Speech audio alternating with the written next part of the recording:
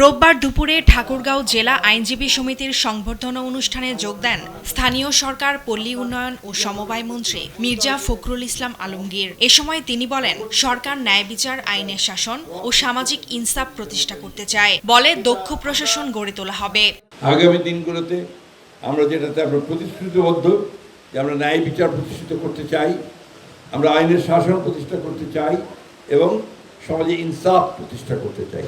এই বিষয়গুলো আমাদের মাথায় রাখতে হবে। দীর্ঘ লড়াই সংগ্রাম শেষে ফ্যাসিস্ট শাসন ব্যবস্থা থেকে মুক্ত হয়েছে দেশ। এখন গণতান্ত্রিক ব্যবস্থাকে সুদৃঢ় করার কাজ চলছে বলেও জানান মির্জা ফখরুল। বাংলাদেশে একটা দীর্ঘ লড়াই হয়েছে, সংগ্রাম হয়েছে। আমরা একটা ফ্যাসিস্ট একটা শাসন ব্যবস্থা থেকে বেরিয়ে আসতে সক্ষম হয়েছি। নতুন একটা সম্ভাবনা সৃষ্টি হয়েছে। সেই সম্ভাবনা হচ্ছে একটা গণতান্ত্রিক ব্যবস্থাকে সুদৃঢ় করা। গণতন্ত্র যদি চলে, গণতন্ত্র যদি প্র্যাকটিস হয়, তাহলে বাকি সব কাজগুলো হয়ে যায়।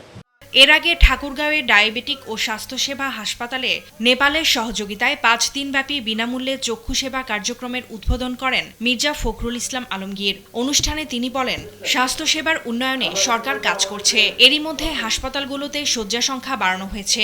স্বাস্থ্যসেবার জন্য আমাদের যে হাসপাতাল আছে 250 বেডের ছিল, সেটাকে ইতিমধ্যে 600 বেডে রূপান্তর করা হয়েছে।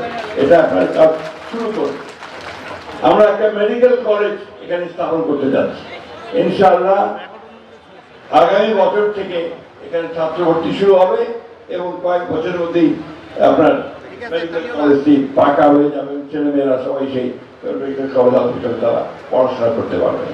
আমরা চেষ্টা করছি কাজগুলো যত দ্রুত করা যায় স্বাস্থ্যসেবার ক্ষেত্রে।